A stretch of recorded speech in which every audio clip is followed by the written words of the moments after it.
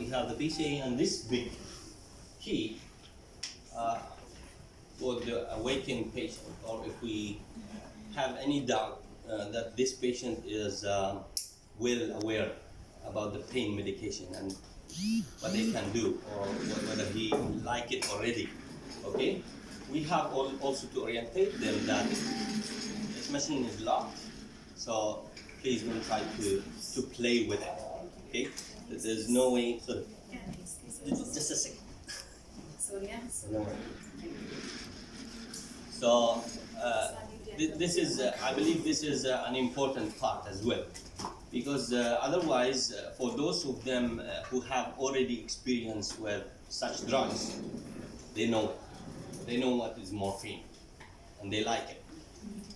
They like to have more. So you have to orientate them to the fact that this is locked. This is locked in two ways. If you touch anything here, it will not listen to you, and it is already in a box, because this will decrease their attendance, sometimes to zero. Okay?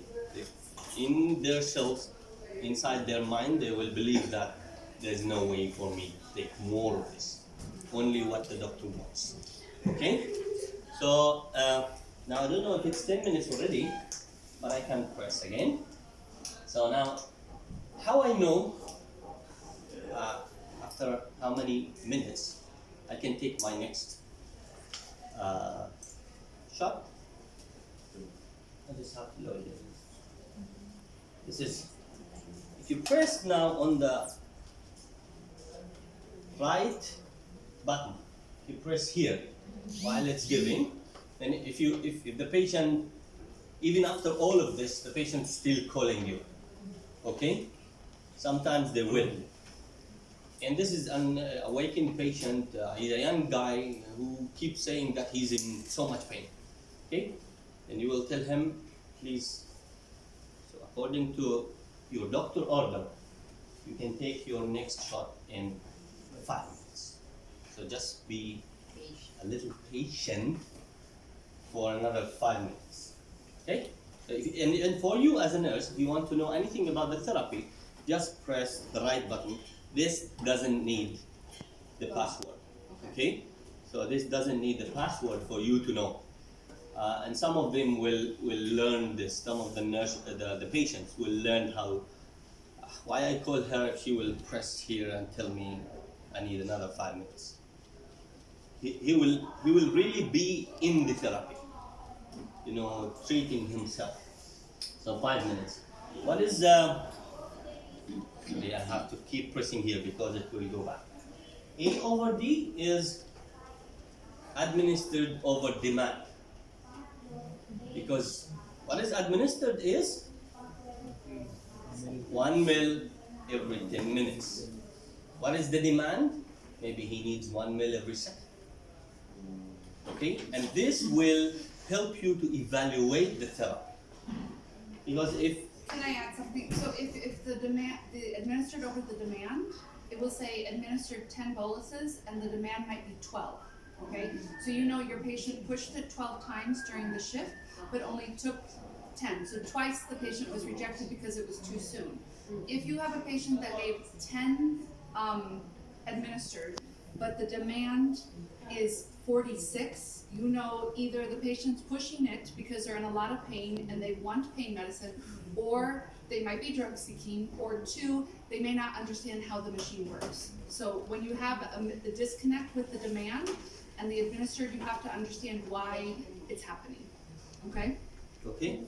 You took it over my time. Sorry. Okay, so and this will help you. No, it's dark, Mom. It's dark. and this will help you evaluate the patient who don't talk, or who talks other than the reality, because it happens. You have two kinds of patients. We have 2 machines. One with an old man who's there treated with the PCA, and another with a young guy who is already using the same therapy. Okay? And at the morning, when you want to evaluate the case, you go to this old Baba and ask him, how was your night? He will say, Alhamdulillah, it was very nice. Did you have any pain? No, I don't have any pain. And if you look here, And the A over D tells you that he presses the machine like 1,000 times. So he's in pain, but it depends on his mentality, his age, or whatever is in his mind that tells him that he shouldn't say that he's in pain. So this will help you to evaluate the case even if he's not telling you. At the other side, this young guy he knows what's morphine, he likes more of it. So if you ask him how was your night, he will say it was hell. I was in so much pain. And if you look at A over D, you see that he was allowed to press 10 times, but he just presses 6. So he wasn't really in pain, but he just liked to say that he's in pain for some reason. Okay? And if this A over D is anything that is more than 75% as a percentage, then our treatment is successful. Okay? So if A over D is more than 75%, that means we have a successful PCA therapy. Then how to know this? Now, before the percentage, I have to mention this remaining limit. So this remaining limit is the remaining of how many mils of, or how many milligrams of this morphine remaining for the next 8 hours, or for the rest of the 8 hours. Okay? So this is about the right button pressing. Okay? Another thing is you can press C. If you press C, you go to the main menu, just like the infusion pump. So you can know anything about this treatment. So you go down, you have the bolus volume, you have the limit, you have the lockout time, the concentration, rate, VTBI, time, PCA, history, log. Okay? This is, if you go inside, this will give you the history for the last 7 days. Okay? It will give you log 1 for day 1, log 2 for day 2, log 3 for day 3. So it will give you a review about the whole week. Okay? In given dose, and PCA A over D has a number, 1 over 3. So the patient presses 3 times, but he received only 1. Okay? If I press now, still, is it 10 minutes yet? Let us review that.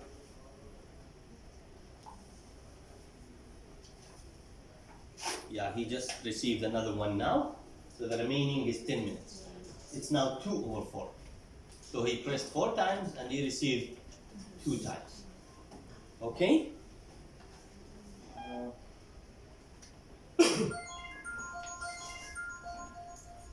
Sorry.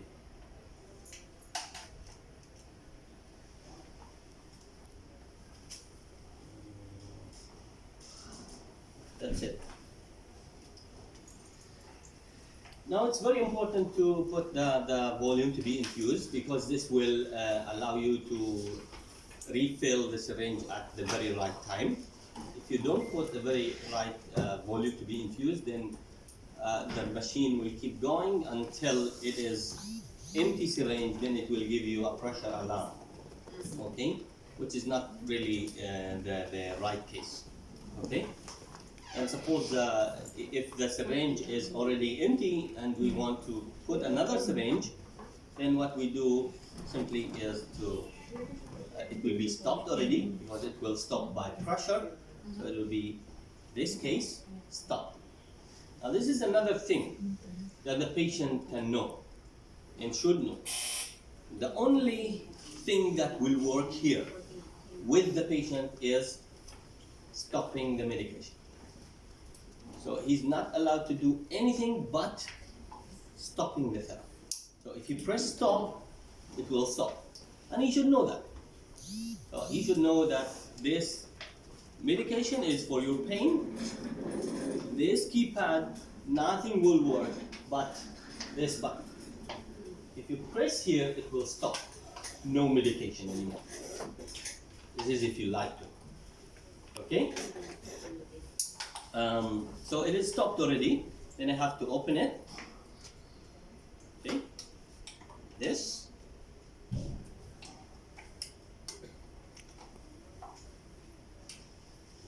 I don't like putting it in my neck. Then you have to open the syringe holder, just like this. Then you have to put the code. Anything you do needs a code. It's 1, 2, 3, 4. And make sure that the patient don't see this code. Perform change. The pump is asking you, do you want to put another syringe? Do you want to change the syringe? You say yes, because it will then release the syringe from the holder. Then you just simply bring your new filled syringe, and put it in here. Okay.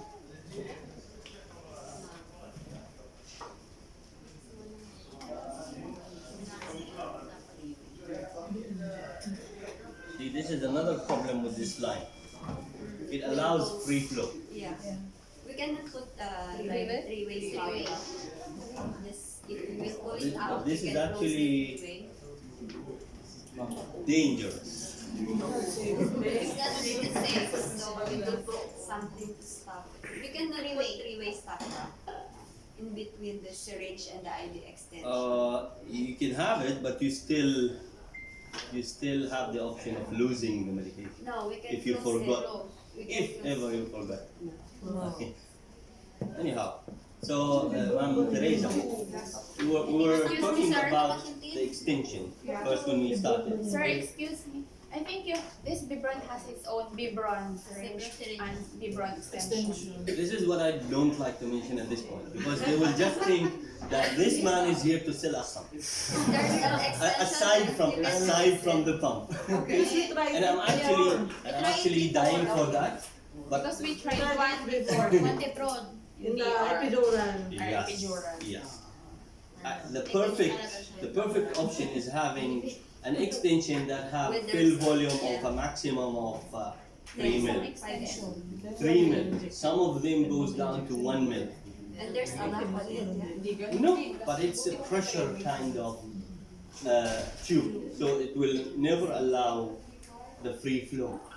Okay. So what is the problem with this extension, Ma'am Teresa? Is that as soon as there was a residual volume here, Okay, and as soon as I took it out, yeah, it free flows. Free flow, it will fill. The whole thing. we can't do that. So you have to have another kind of.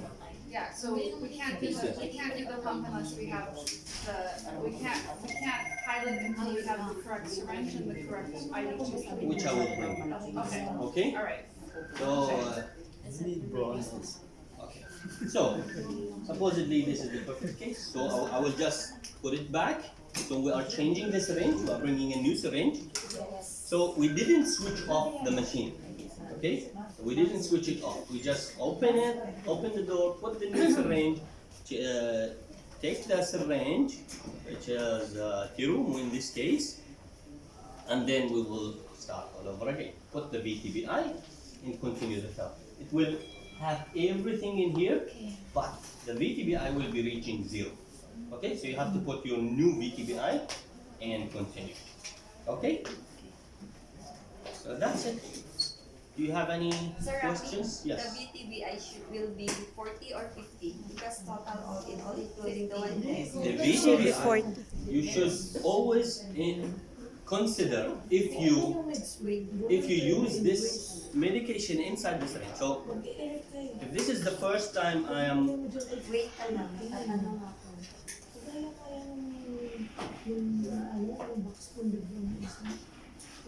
So what do you think? Tell us. What do you think?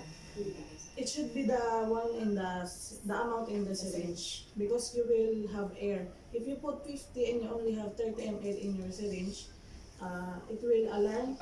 It will alarm before the medicine will be consumed. So what we care about is the amount that is already in the syringe after prime. Yes. Okay? Because the 10 ml was in the 10 ml is lost already. It will stay here. you should give an extra amount so that it will be. This is one option. Some of the hospitals will prepare 60 ml instead of 50. So if you prepare 60, you can put 50 BTBI. But if you prepare 50, you have to put 40. Okay? This is in this case where you really losing a lot of drug. Okay? But in the perfect case, they are having the box. It's okay, I record. It's okay, I recorded. That's it, I'm done. I just want to So You're selling. let's finish. Open the Like light. this, we will provide Put on you the enough syringes from B Brown and enough extensions. Okay? So this extension has a fill volume of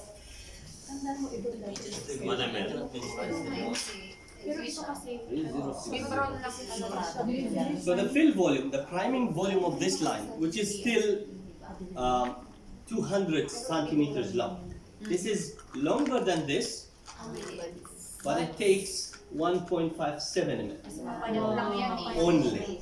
So what you need to do is, your VTBI will be anything you prepare in this syringe minus 2. Okay? So if you prepare 50, so you will put VTBI as 48. So the lowest volume is only 2 instead of 10. If you need less than that, we have options. I mean, I have one option of 1 centimeters long that can take 1 cc only. But I feel that this will be better because it's longer. It gives the patient a bit of more freedom. Okay? So now, any questions? Any questions? I think we will work with it for a couple of days. We will draft out like a written 1-page rules to deal with it. And then I think once we do that, we might have some questions, okay? So we won't pilot this week until we have everybody feel comfortable and the ICU feels comfortable, and we have to have like a mini policy, a very quick memo, okay? So we're drafting. All right. Questions? Do you have any hospitals that have this machine that have a policy that you can give us? That you could ask them. Ask them. I will ask. Most hospitals will share their policies because it's all knowledge sharing. No top secrets in it. Yeah, I know. I will try my best. I will try my best with it. No problem. You'll be okay. Because those ones who I know, they really have a very good policies. But I'm not sure if they will share it. Like these people in national government. Okay, just ask them. Ask if they can just, yeah. Because somebody